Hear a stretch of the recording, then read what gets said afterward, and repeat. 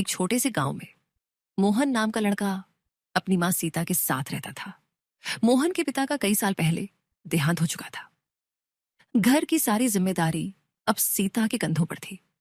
वह सुबह सूरज निकलने से पहले उठ जाती, किसी की खेत में काम करती, किसी के घर बर्तन धोती और कभी सिलाई करके कुछ पैसे कमा लेती।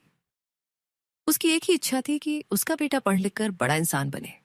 सीता अक्सर कहती थी, बेटा मैं चाहती हूं कि तू इतना बड़ा बने कि लोग तुझ पर गर्व करें।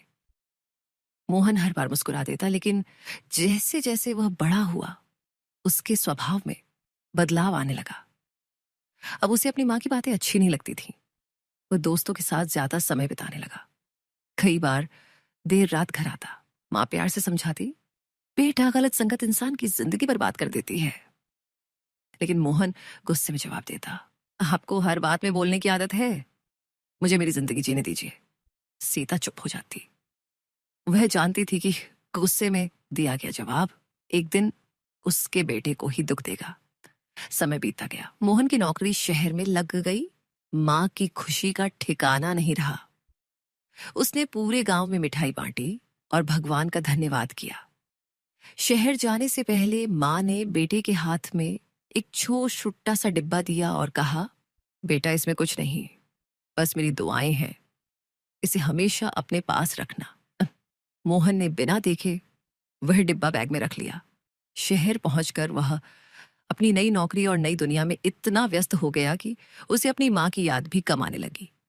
मां रोज फोन करती, लेकिन वह अक्सर कह देता, मां अभी मीटिंग में हूं, बाद में बात करता हूं। धीरे धीरे उसने मां का फोन उठाना भी कम कर दिया। उधर गांव में सीता हर रोज दरवाजे की तरफ देखती और सोचती, शायद आज मेरा बेटा आएगा। लेकिन हर दिन इंतजार में ही बीत जाता। एक दिन अचानक मोहन के पड़ोसी का फोन आया।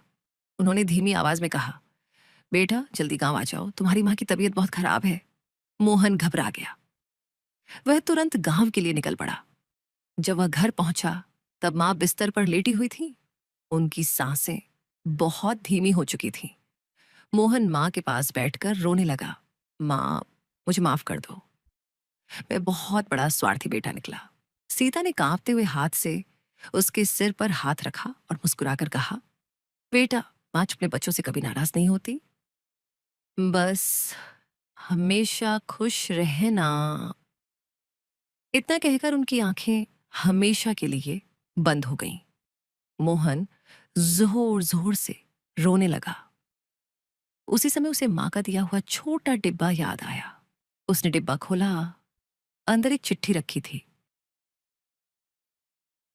उसमें लिखा था, अगर कभी मैं इस दुनिया में न रहूं तो बस इतना याद रखना कि दुनिया में सब लोग तुम्हें छोड़ सकते हैं, लेकिन मां का प्यार कभी खत्म नहीं होता। हमेशा माता पिता का सम्मान करना, क्योंकि समय लौटकर कभी नहीं आता। यह पढ़ते ही मोहन फूट फूट कर रो पड़ा।